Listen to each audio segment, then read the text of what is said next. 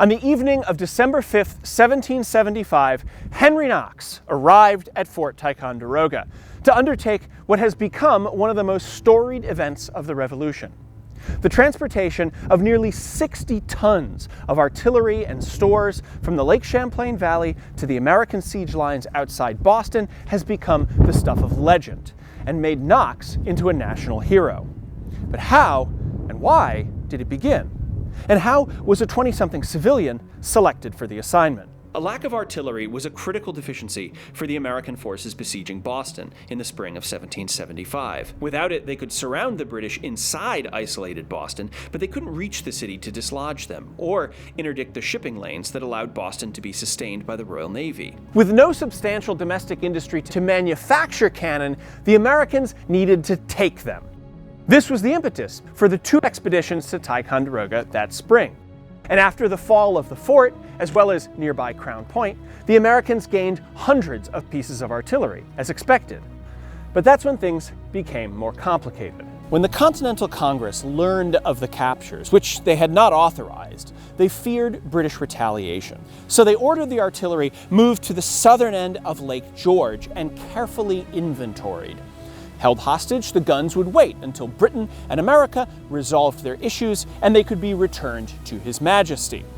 This, however, prompted confusion and outrage on the part of the colonies who had undertaken the effort. Following the capture of Fort Ticonderoga, Benedict Arnold's survey of the stores revealed almost 200 cannon, ranging from very small swivel guns all the way to a massive 24-pounder at Crown Point.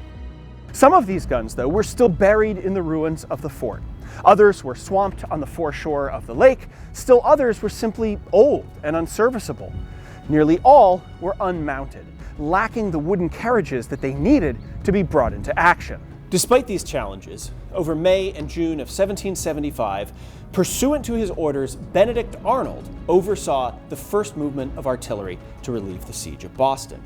7 mortars and howitzers were transported from Crown Point to Ticonderoga en route to Fort George, the first leg of their journey to Massachusetts, with more to follow.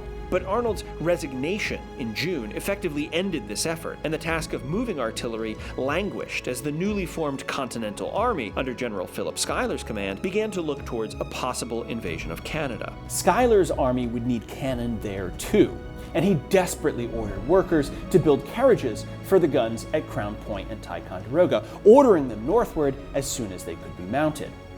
Ultimately, 13 cannon and mortars were shipped northward to join General Richard Montgomery's Canadian invasion force, where they were used in the reduction of the forts at Chambly and Saint-Jean. Those captures netted an additional haul of artillery, including some excellent bronze pieces, most of which were shipped back south to Crown Point and Ticonderoga. As this was happening, General Washington met with a delegation of officials from Massachusetts, Connecticut, and the Continental Congress in Cambridge. Addressing a number of issues facing the army outside Boston, the committee revisited the need for artillery. It was determined that guns from New York City and the Lake Champlain forts were the most viable options to meet this need. Equally important was thousands of pounds of lead at Ticonderoga that Washington's army needed for musket balls. It was not clear whether Washington needed to order the cannon to Boston or if congressional officials would initiate that process, but after weeks passed with no clarity and the looming winter, Washington took the initiative and penned his own orders on November 16th that would bring Ticonderoga's cannon to Boston. To accomplish the task, Washington made a bold choice. He selected 25-year-old Henry Knox, who held no rank in the army. A self-educated bookseller from Boston, Knox, though, had proven himself to be a valuable asset to the cause.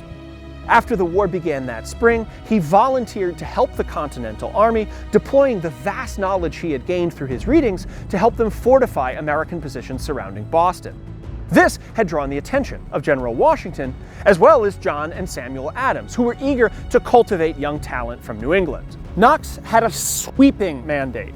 He was to survey the ordnance and stores in the army outside Boston, determine what was still needed, travel first to New York City, then to Ticonderoga to find the required materiel.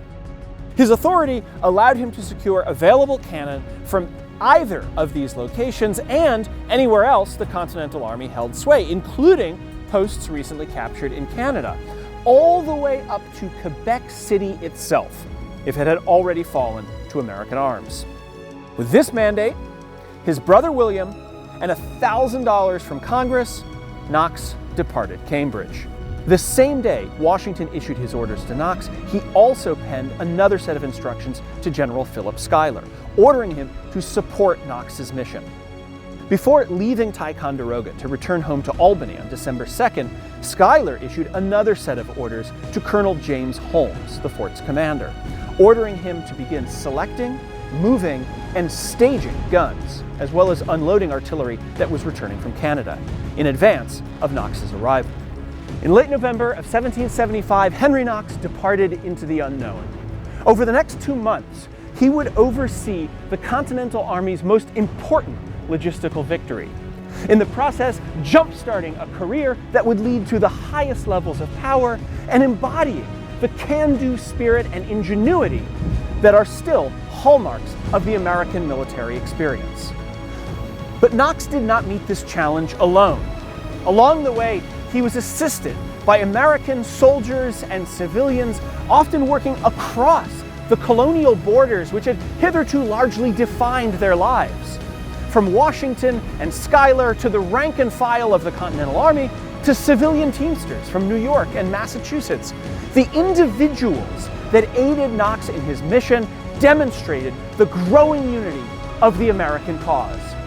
And it began here.